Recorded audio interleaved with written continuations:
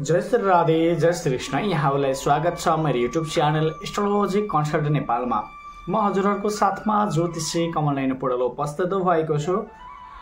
सदाको जस्तै आज पनि म हजुरहरूको सामु मासिक राशिफल लिएर आएको छु। हजुरहरू कहाँबाट हेरिरहनु भएको छ, आफू बसिरहेको स्थान कमेन्ट गर्नुहोस्। आज म हजुरहरूलाई 2082 साल मङ्सिर महिनामा 12 राशिहरूमध्ये यदि हजुरहरू मेष राशिमा जन्म लिनु भएको छ भने चाहिँ हजुरहरूलाई यो महिना कस्तो रहनेछ, के गर्ने के नगर्ने, कसरी गर्ने र कहिले गर्ने, विभिन्न कुराहरू चाहिँ मनमा खिलिरहेका हुन्छन्। आज म तिनै प्रश्नहरूलाई नै मध्यनजर गरेर हजुरको जीवनमा कस्तो के कुराहरूलाई चाहिँ ख्याल गर्ने भन्ने कुराहरू चाहिँ बताउने छु। यो एक महिना कसरी व्यतीत गर्ने हैन, यी विभिन्न कुराहरू चाहिँ हजुरहरूलाई चाहिँ म बताउने छु। यो भिडियो अन्तिमसम्म हेरेर साथ दिनुहोला। यदि हाम्रो युट्युब च्यानललाई सब्स्क्राइब गर्नुभएको छैन भने चाहिँ कृपया सब्स्क्राइब गरी हाम्रो परिवारसँग जोडिनु होला। र यदि हजुरहरूलाई कुनै पनि जिज्ञासाहरू छ, आफ्नो बारेमा चिना कुण्डली हेर्न चाहनुहुन्छ, हजुर जुनसुकै ठाउँमा बसे तापनि यदि हामीलाई हेर्न चाहनुहुन्छ भने स्क्रिनमा रहेको नम्बरबाट हामीलाई सम्पर्क गर्न सक्नुहुनेछ। हजुरका हरेक समस्याहरूलाई चाहिँ हामी समाधान गर्ने पूर्ण प्रयास गर्नेछौँ भन्ने चाहिँ हामीले चाहिँ हजुरहरूलाई बुझाउनेछौँ।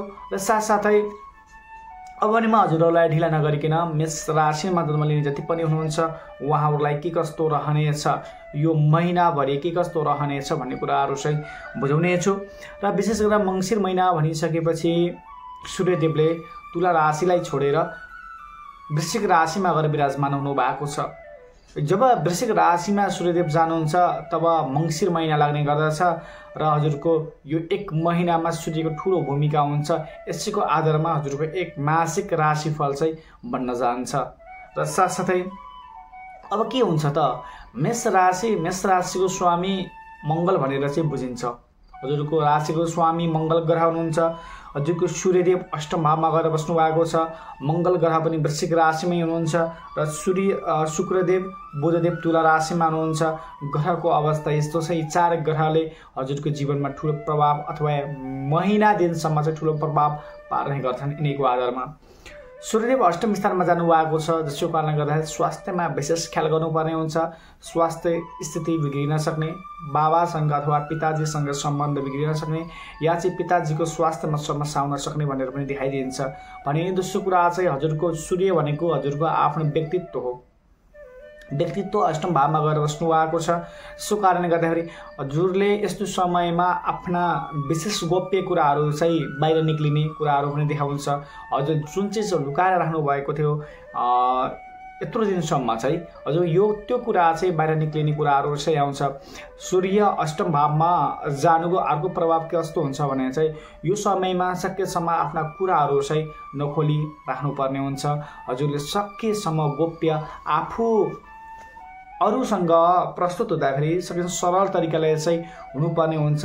थोरै समस्या हजुरको कार्यक्षेत्रमा आउन सक्छ। जस्तै हजुरले चाहिँ मेहनत गर्नुभएको छ, क्रेडिटको जुन फल हुन्छ त्यो फल चाहिँ प्राप्त नहुन सक्ने चान्सहरू एकदम बढी बन्छ। त्यसो कारण हजुरलाई निराशपन हुने हैन, जति गर्दा पनि हुँदैन भन्ने जस्तो महसुस चाहिँ हजुरलाई चाहिँ गराइदिनेछ। यो समयमा आत्मालाई बुझ्ने हल्का अब यो थोरै आध्यात्मिकतिर जानियो भने चाहिँ यो समय चाहिँ स्वयंलाई बुझ्ने, थोरै आध्यात्मिकतिर झुकाव बढ्ने हैन, यो कुराहरू पनि देखाइदिन्छ।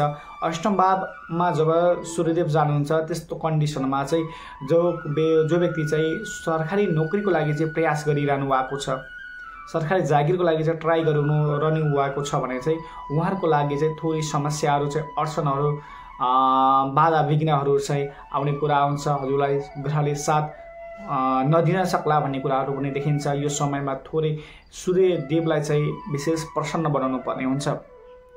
एक हिसाबले हेर्ने हो भने सूर्यदेव मन्द गतिमा चल्नुहुन्छ। यो समयमा जब सूर्यदेव मन्द गतिमा चल्नुहुन्छ त्यस्तो समयमा राज्यबाट हजुरलाई सपोर्ट नमिल्ने, या चाहिँ यदि जो राजनीतिक क्षेत्रमा हुनुहुन्छ, जो एउटा चाहिँ अगाडि बढौँ भन्ने क्षेत्रमा हुनुहुन्छ भने थोरै हजुरलाई जुन तरिकाले हजुरले सोचिरहनु भएको छ त्यो तरिकाको हजुरलाई सपोर्ट नमिल्ने। जो सरकारी जागिरको लागि हुनुहुन्छ भने चाहिँ हजुरको सरकारी जागिरमा नाम केही नम्बरले अपुग हुन सक्ने, र जब गरिरहनु भएको छ, जबमा गरिरहनु भएको छ भने क्रेडिटको कुरा आउँदाखेरि चाहिँ अरूलाई प्राप्त हुने, यस्ता कुराहरू चाहिँ देखाइन्छ।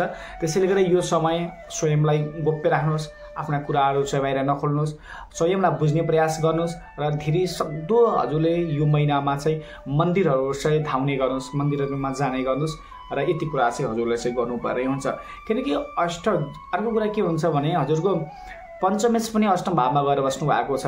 जब पञ्चमेश जब अष्टम भावमा जानुहुन्छ त्यस्तो समयमा यो महिनामा हजुरलाई कस्तो हुन्छ भने चाहिँ यो महिना कि चाहिँ राम्रो पक्ष या चाहिँ नराम्रो पक्षले चाहिँ विशेष महिना हुनसक्छ हजुरको। जस्तै केही घटना घटेर हुन्छ या चाहिँ कसैको कोहीसँग जोडिएर हुन्छ होइन, त्यस्तो केही विशेष घटना घट्ने खालको योग पनि बनाइदिइरहेको छ। त्यसले गर्दा एकदम सचेत भएर चाहिँ अगाडि बढ्नुहोला र आफ्नो रिस मङ्गल ग्रह पनि हजुरको चाहिँ अष्टम भावमा नै हुनुहुन्छ।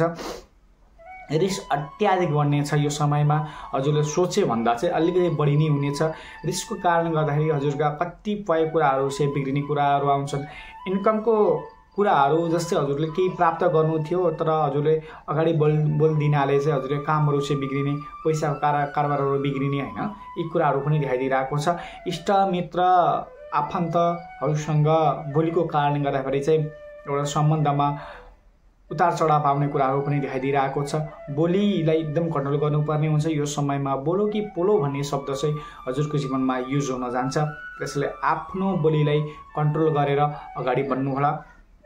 यो अष्टम भावमा मङ्गल ग्रह जाँदाखेरि यदि पार्टनरसिपमा बिजनेस व्यापार गर्नुभएको छ भने त्यसमा पनि समस्या आउने कुराहरू देखाइदिन्छ। दोस्रो कुरा के हुन्छ भने हजुरको यदि विवाह गर्नुभएको छ भने हजुरको वैवाहिक जीवनमा साना साना कुराहरूले यो समयमा उतार चढावहरू पनि ल्याइदिने कुराहरू पनि देखाइदिइरहेको छ। त्यसैले सबभन्दा हजुरको यसको मुख्य कारण के हो त भने हजुरमा एक अहङ्कार बढ्नेछ। दोस्रो कुरा हुनेछ हजुरको जीवनमा चाहिँ अत्याधिक रूपमा चाहिँ रिस उत्पन्न हुने। त्यो रिसलाई चाहिँ हजुरले कन्ट्रोल गर्न नसक्नाले चाहिँ कतिपय कुराहरू चाहिँ बिग्रिने त्यो कुराहरू देखाइदिइरहेको छ। बिजनेस व्यापार यदि स्वतन्त्र रूपले आफ्नै बिजनेस व्यापार हो भने जो व्यक्ति चाहिँ कपडा सम्बन्धीको बिजनेस, पार्लर सम्बन्धी कपडा सम्बन्धीको बिजनेस व्यापार गरिरहनु भएको छ या चाहिँ डिजाइन कुनै पनि क्षेत्रमा गर्नुभएको छ भने चाहिँ हजुरको लागि चाहिँ विशेष उत्तम समय रहेको छ। बिजनेस व्यापार एक्लो व्यक्तिले गर्नु चाहिँ अति राम्रो हुन्छ। तर यदि हजुरले बुझ्नुभयो यो समय मेरो खराब छ भनेर चाहिँ यदि पार्टनरसिपसँग पनि राम्रो सम्बन्ध बनाउनु भयो भने हजुरको लागि बिजनेस व्यापारको लागि जो व्यक्ति बिजनेस व्यापारमा लागिरहनु भएको छ भने चाहिँ उहाँहरूको लागि चाहिँ यो समय अति उत्तम समय रहेको छ। यसमा सोचेको आँटेका सम्पूर्ण कुराहरू चाहिँ पूर्ण हुने, बिजनेस व्यापारबाट सोचे भन्दा तीव्र गतिमा चाहिँ जाने कुराहरू पनि देखाइदिइरहेको छ। बिजनेसको कुरामा पनि विशेष शुक्र सम्बन्धित बिजनेस भयो भने उत्तम है। शुक्र सम्बन्धित भयो भन्नुको अर्थ के हुन्छ भने कपडा सम्बन्धी यस्ता बिजनेस भयो भने हजुरको जीवनमा अति उत्तम देखाइदिइरहेको छ। र बुधदेव पनि सप्तम भावमै गएर विराजमान हुनुभएको छ। नयाँ सम्बन्धसँग जोडिने प्रेम सम्बन्धको कुरा हुन्छ। जस्तै यो समय भनेको प्रेम सम्बन्धसँग जोडिने कुराहरू, नयाँ व्यक्तिसँग जोडिने कुराहरू पनि आइदिइरहेको छ। र साथसाथै यो पढ्ने विद्यार्थीहरूको लागि चाहिँ समय त्यति राम्रो चाहिँ रहेको छैन। पढ्ने विद्यार्थीहरूको यो समय यदि इक्जाम दिँदै हुनुहुन्छ, कुनै चिजको इक्जाम दिँदै हुनुहुन्छ भने उहाँहरूको लागि चाहिँ नसोचेको रिजल्टहरू चाहिँ आइदिने, पेटमा समस्याहरू चाहिँ कुराहरू देखाइदिइरहेको छ। खानपिन विशेष बिग्रिनाले पेटमा समस्याहरूको कुराहरू देखिरहेको छ। र साथसाथै जो महिला गर्भवती हुनुहुन्छ उहाँहरूले विशेष ख्याल गर्नुपर्ने हुन्छ। आफ्नो इष्टको अत्याधिक रूपमा चाहिँ साधना गर्नुहोस्, मन्त्र जपहरू गर्नुहोस्। हजुर गर्भ खेर जाने कुराहरू पनि आउन सक्लान् होइन, अथवा चाहिँ गर्भ बिग्रिने कुराहरू आयो या चाहिँ बच्चालाई फर्स्ट सन्तानलाई स्वास्थ्यमा समस्याहरू कुरा पनि देखाइदिइरहेको छ। यो पक्ष चाहिँ हजुरलाई नराम्रो। तर बिजनेस व्यापारको लागि हो भने चाहिँ हजुरको लागि समय अति उत्तम छ। थोरै अब धेरै त हजुरको लागि सूर्य पनि अष्टम भावमा गएर बस्नु भएको छ। अष्टम भावमा सूर्य जाँदा जो व्यक्तिले चाहिँ हरेक व्यक्तिमा अहङ्कार हुन्छ, हामीमा एक अहङ्कारले चाहिँ भरिएको छ। जति हजुरको चाहिँ अहङ्कार भरिन्छ त्यति हजुरको चाहिँ फुट्ने काम गर्छ क्या यो समयमा। सूर्यदेव हजुरको चाहिँ अष्टम भावमा गएर बस्नु भएको छ। त्यो कुरालाई चाहिँ हजुरले बुझ्नुभयो भने हजुर त्यति समस्या आउँदैन। अन्यथा चाहिँ हजुरलाई चाहिँ त्यो चिजले चाहिँ हजुरलाई दुःख दिन्छ। स्वयं जस्तै कुनै बेलामा चाहिँ स्वयंलाई एउटा चाहिँ ग्लानी जस्तो गर्ने, जस्तो के भन्छ भने आफूलाई नै दोष दिने कुराहरू देख्नुभएको होला या हजुरहरूले पनि गर्नुभएको होला। त्यस्तो कुरा चाहिँ कहिले हुन्छ भने यो समयमा चाहिँ स्वयंलाई दोष दिने कुराहरू पनि देखिन्छ। यानि कि मैले यस्तो गर्नलाई चाहिँ यस्तो भयो, नगर्नुपर्ने थियो, एउटा पश्चातापतिर चाहिँ आफू चाहिँ ढल्ने कुराहरू चाहिँ यो समयमा देखाइदिन्छ। त्यसैले समयलाई बुझेर अगाडि बढ्नुभयो भने चाहिँ हजुरको लागि राम्रो छ। सूर्यलाई अत्याधिक रूपमा आराधना गर्नुहोस्। यति गर्नुभयो भने हजुरको जीवन अति उत्तम तरिकाले चाहिँ जानेछ। हजुरलाई यो भिडियो कस्तो लाग्यो आफ्नो प्रतिक्रियाहरू चाहिँ अवश्य पनि दिनुहोला। जय श्री राधे, जय श्री कृष्ण।